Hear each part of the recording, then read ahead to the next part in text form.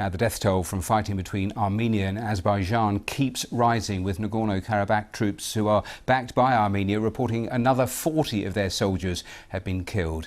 More than 300 people have died since fighting over the disputed region erupted at the end of September. Well, on Tuesday, the Armenian Prime Minister told the BBC that Armenians in Nagorno-Karabakh are facing genocide. That was the quote. In the last hour, France, Russia and the United States have said they'll hold talks to try to get the warring sides to agree to a ceasefire. Well, let's head to Baku now. I'm joined by Elchin Amirbekov, an advisor to the Vice President of Azerbaijan. And thank you so much for being here on the BBC. How alarmed are you by the way this has spiralled? Well, thank you for having me. Yes, of course, Azerbaijan is preoccupied with this latest outbreak of violence, which started on 27th of September by attacks on three directions from the line of contact by armed forces of Armenia against Azerbaijan. And unfortunately, from the very first day, the Armenian armed forces have been targeting civilian populations, civilian infrastructure, and the latest casualties that we have had among the civilian population are 28 persons killed and around 150 injured, wounded and hospitalized. I'll come back to the issue of shelling in a moment. In terms of what Armenia's Prime Minister told the BBC yesterday, that fear, he said, if Azerbaijan succeeds in their operations, that there'll be genocide against Armenians. Is he right to fear that? Well, I wouldn't comment very much on this flight of a fancy by Prime Minister of Armenia, because I think that his amalgam are completely irrelevant.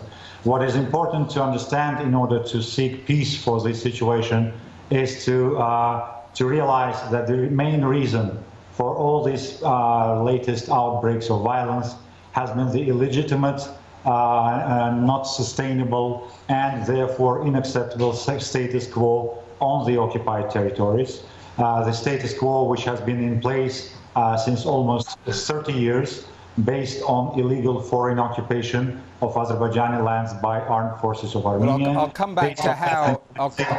I'll come back to how you get to a ceasefire, if you can get to a ceasefire in a moment. But on our screen, pictures of Stepanakert, where there has been shelling, and Armenia accusing Azerbaijan of deliberately targeting civilians. Is that what is happening? We're seeing pictures of huge damage there on our screens. Well, I was trying to tell you at the beginning of our conversation that since the first moment of this latest escalation, Armenian armed forces have been targeting our population. It has never been the aim of Azerbaijani army to target civilians. But as you know, the military objectives of Armenian side have been purposefully placed in the center of the city, and of course it's very difficult to distinguish between them and the civilian population. But I would also advise you to show a lot of video footage of Azerbaijani cities, including those which are very far from the line of contact. The second city, the biggest city of Azerbaijan, Ganja or Mingachevir, which were attacked by ballistic missiles and multiple rocket launchers of Smerch and Polonez. And of course, this is a provocation by Armenia, which tries to involve in the combat activities some third parties. All right, let me ask you a twin final thought. Do you worry at all of Russia being drawn into this? Again, the Prime Minister saying yesterday that there were conventions, agreements with Russia, and he's had conversations with Vladimir Putin. Do you worry about that element of the dynamic? And what will it actually take to get to a ceasefire from Azerbaijan's point of view?